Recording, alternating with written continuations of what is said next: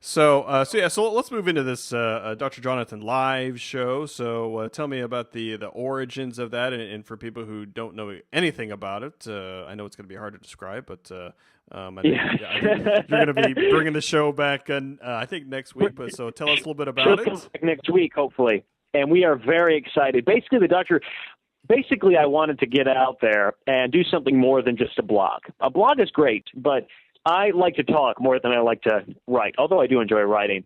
And I always have so much to say. And also, I'm too lighthearted, and I don't have a lot of things that are serious to say, despite what I might have said earlier. I'm actually not that serious of a person. So I just wanted an avenue to get that out there and have some fun and interact with the audience a little bit. And I was able to, and I don't even know how it is, but I started following Potato Chip, my very good friend Charlotte, who is an Apple employee and who knows a lot about computers and a lot about Apple. And I just actually got a new MacBook Pro, switching from a PC a few months ago. And I started asking her about it, and she started giving me advice. And I said, wow, this Mac is really fun, and Macs are also a little bit better at video stuff.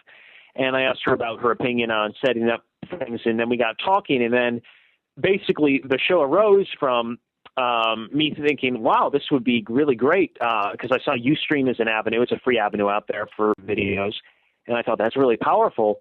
And then one day when I was trying to get that set up, and I was playing with it, and I was asking Scarlett for some input on it, I just said, hey, we should just do a live broadcast right now. And she said, okay. And then we live broadcast the first Dr. Jonathan live show, and it went on for like probably 6 hours. 6 hours that I really needed to be studying during, and we had so much fun. We had such an audience, and we were just interacting, and it was so much fun. And then the next show, and then we decided to do it again, and we did it the next week, and I started singing and playing the piano during it, and doing crazy things like running on my treadmill while I was hosting the show. Just anything that I thought of. And we have some really fun stuff in works for the show. We're going to be doing a live show from Panera Bread, actually, and interviewing a Panera Bread employee. And we're going to be doing live shows. We're in the process of getting some additional equipment so I can do live streaming, because it's hard to do with a webcam. It's easier to do with a video camera that has FireWire, which is harder to get. But so we have a lot in store, and it's really a show about it. We do talk about medicine, we talk about medical topics, but it's probably a very small percentage of that, and a lot more percentage just having fun and talking about things. And I would like to say again to the audience, Dr. Donovan was a guest on my show, and he had a lot of fun with us, and he knows how much fun we have at 2:00 in the morning or whenever the show goes until, because our show does not have an ending time, which is why it's so great.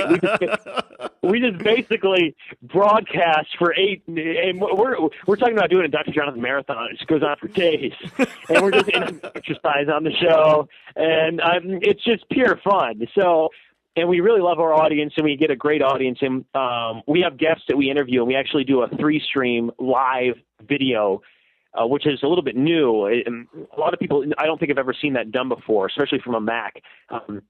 Doing it because there's some programs for PCs that you can use that'll do that in a sort of way, but we actually broadcast 3 live video streams, so we can interview 2 people at once, which is amazing. And we are actually we're in the process of building a website for the show, which Scarlett is helping me out with, and we got some great guests lined up that we're going to interview, and we have some great entertainment lined up as well. I'm in the process of writing the theme song for the show, which hopefully Scarlett's going to sing. I'm going to write the piano for it, and then she's going to sing, and then we're going to do some harmony if it works out, now that I have a lot more time on my hands. And it's really just a wonderful show. We're hoping to bring it back next week. We're looking at Thursday right now, but stay tuned to the Dr. Jonathan stream on Twitter, and I will be posting live about when we're going to be doing the show. But we want to make sure it doesn't interfere with Dr. Anonymous' show, so we might be tweaking that time a little bit. So it might be on Wednesday, or it might even be on a Sunday. We don't know yet. But stay tuned. It's always a good time, the Dr. Jonathan Live Show. And I have a fantastic co-host, Potato Chip, so everybody follow her too. Oh, no, yeah, it was...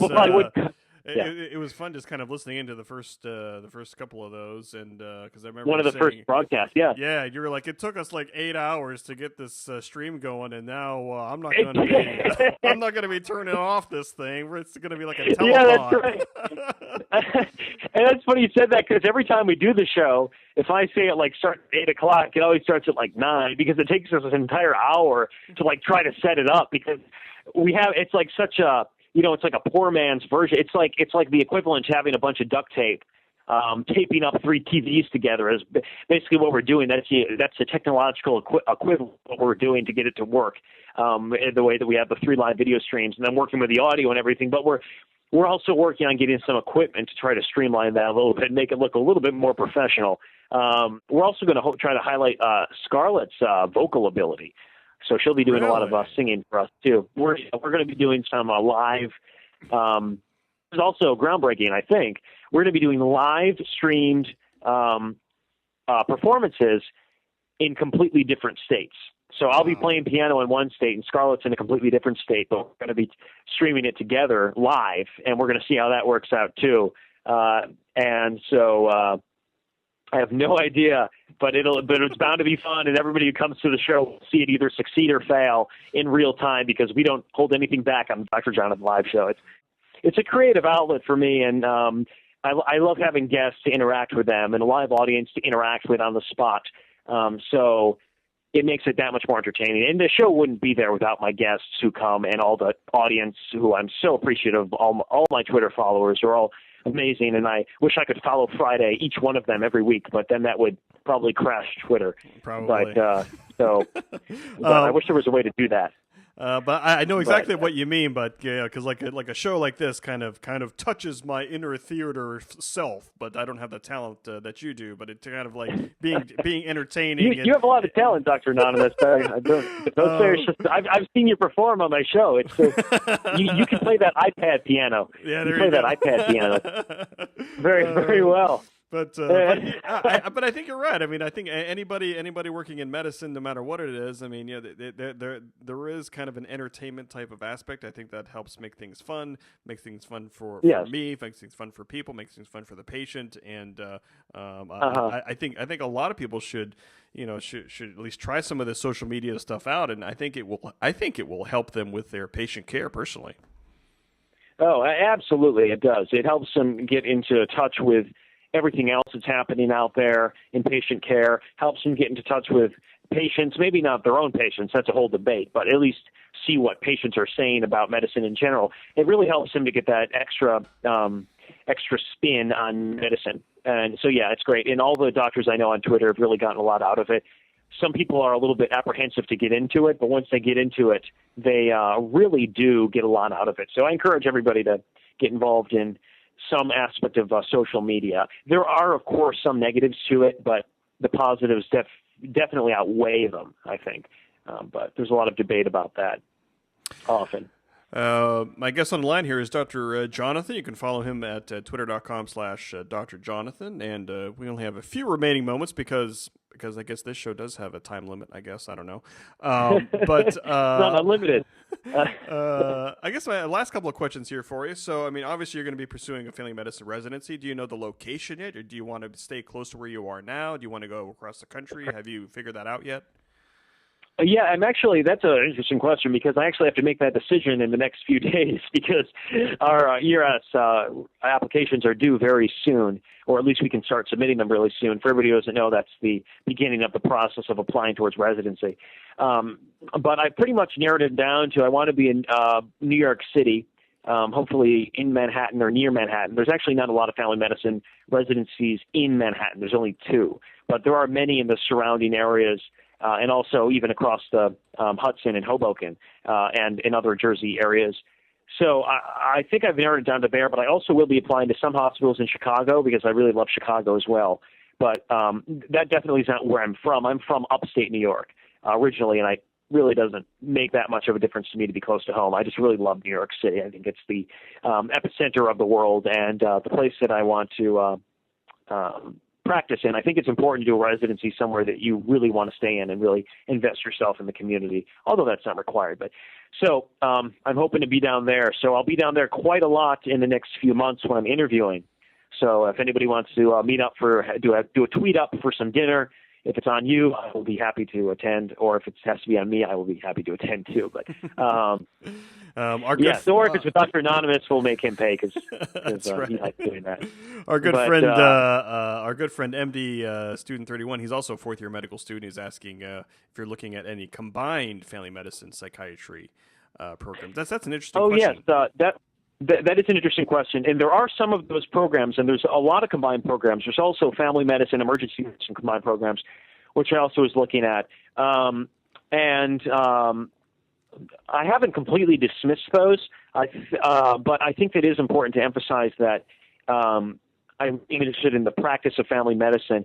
And so I think that doing a combined residency makes you very marketable if you exactly what field you want to be in.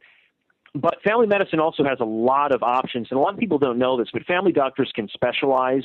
They can do fellowships in all types of things, whether it's urgent care or geriatrics or palliative care.